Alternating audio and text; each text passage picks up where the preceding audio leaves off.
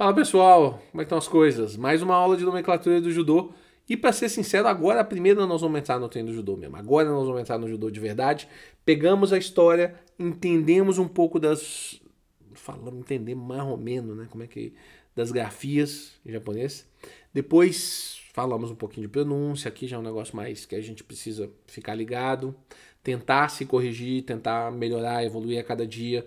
Com calma, paciência, tranquilidade, respeito, né, a você mesmo e as aulas, tantas milhares de aulas que você ouviu, palavras repetidas às vezes de um termo errado. Então a gente vai se corrigindo aos poucos. Não adianta querer quebrar o paradigma e mudar tudo, né? Mas agora vamos falar de judô. Vamos passar para a tela. Aí sim. Judô e seus elementos fundamentais. E aqui eu já quero falar um negócio que está aqui no texto que é a mais pura verdade. Pode parecer muito curioso, mas muitos de nós, professores e atletas do judô, não sabemos exatamente a grafia correta do termo judô, né? Quando transpomos o termo do kanji para o romanji, a grafia mais adequada seria essa aqui: judo. Judo. Judo. Lembra que o J fala judo. E aquilo que eu já expliquei, mas vou explicar de novo. Esse macron, esse acentozinho em cima das vogais, ele tem como função estender a pronúncia. Então a melhor pronúncia para judô é judo. É a melhor pronúncia para o nosso esporte, ok? Judo. Judo. O japonês fala judo. Pode reparar. Pode abrir um YouTube aí e ver um japonês falando se ele não fala assim. Vamos falar do judo e seus elementos fundamentais. Vocês vão me ver falar judô várias vezes, ok? Mas o melhor termo é judo. Além dessa questão do que eu expliquei da grafia, tem um elemento complicado na tradução, né? Caminho suave é a terminologia mais usada no Brasil. A gente, se for traduzir judô, sempre vai falar caminho suave. Mas ela não é uma tradução ótima, não. Nem necessariamente a mais adequada. Até mesmo porque a gente, mesmo nós tendo a maior colônia japonesa fora do Japão, nós conseguimos traduzir a terminologia nossa não do japonês direto. A gente traduziu do inglês para o português. Então saiu do japonês para o inglês e do inglês para o português. Muita parte da nossa doutrina, do nosso conhecimento teórico do judô, vem do inglês, o que é uma doideira. Em várias formas de explicar.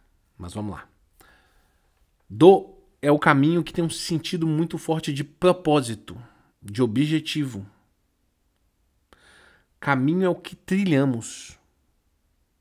Um pouco menos no sentido de estrada, tá? Até quando a gente fala, por exemplo, no Bushido, né, do desse caminho, o propósito tem que ser tão forte ao ponto de você ser o caminho, não você andar sobre um caminho, né? Então, esse aspecto filosófico, quando a gente traduz o do para caminho, aí a tradução caminho em português, ela está muito mais ligada aos seus passos, à sua caminhada, não ao seu propósito. Está mais ligado com a sua jornada, não com o seu propósito, entendeu? Isso é uma tradução difícil de fazer, ok? E essa tradução a gente trouxe do Wei, do inglês, né? Já a palavra Ju requer ainda mais atenção, porque ela foi traduzida em várias línguas com sentidos diferentes. Isso é uma curiosidade aqui que eu trago para vocês. Em inglês, por exemplo, ela ficou gentle, que se liga à gentileza, mas muito mais do que a gentileza é o cavalheirismo, né? The gentleman. O que é um gentleman? É um cavalheiro. Né? E aí o gentleman não é uma palavra em inglês frágil, não é considerado uma palavra frágil, né? Então eles não traduziram judô para caminho da gentileza em português, simplesmente porque eles acharam que gentileza é uma palavra frágil. Então eles preferiram utilizar a palavra suave, que é uma tradução quase única no mundo, tá? E aí, em português é suave, em inglês é gentileza, gentle, né, o cavalheirismo. Em francês a tradução ficou l'adaptation, que tem mais laços com a palavra adaptação, né? Você se adaptar, você se moldar. Em espanhol o termo ficou usado é flexibilidade, só para citar alguns exemplos, tá? Então qual seria o verdadeiro significado do termo ju ou ju? Eu diria que todos esses e outros mais que só um verdadeiro praticante pode compreender. É quase como se o termo judô representasse um código, como o Bushido foi em um momento antigo. Ele representa se adaptar às dificuldades, ser flexível em momentos adversos, ceder para não quebrar. Representa a suavidade de postura, a calma e a sabedoria que nos precisa ser peculiar.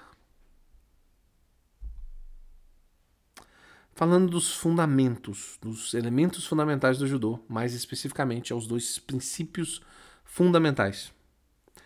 Zeiryoku Zenyu. Aqui estão os dois aqui, né? Estão em kanjis. Os dois são kanjis, né? Zeiryoku Zenyu é o melhor uso da força. E ele é a junção de dois termos. Zeiryoku, que significa energia, potência, influência, com o termo Zenyu, que é literalmente o bom uso, né? Bom uso da energia, bom uso da potência, bom uso da influência. Então a gente mesmo, nós fazemos uma tradução muito complexa, né? No Zeiryoku Zenyu, né? Que é o máximo de desempenho com o mínimo de esforço necessário. Quando você entende, por exemplo, que Zenyu é bom uso, nessa tradução muito grande, cadê o bom uso, né? Então, a tradução melhor uso da força ou melhor uso da energia parece ser mais eficiente, que ao final das contas eu acho que o termo Zenyoku Zenyu, se pudesse ser traduzido numa única palavra, em português existe uma palavra para esse termo, que é eficiência. Eficiência, tá? Dita Kyoei, benefício mútuo. O termo Jita, ele tem um significado que eu considero muito legal, na verdade, quando você vai entender. Dita é eu e os outros. Então a gente traduz às vezes para mútuo, né? Mas é mais do que... Quando a gente fala mútuo, às vezes a gente não tem uma noção que é eu e os outros, né? Dita tem essa tradução clara de que é eu e os outros. O termo Kyoei faz uma alusão à condição de bem-estar. Então, aí, acho que é uma tradução mais simples. Né? Bem-estar, o bem comum, né? Que muita gente fala, né? Do Jita Kyoei, que é o verdadeiro sentido, né?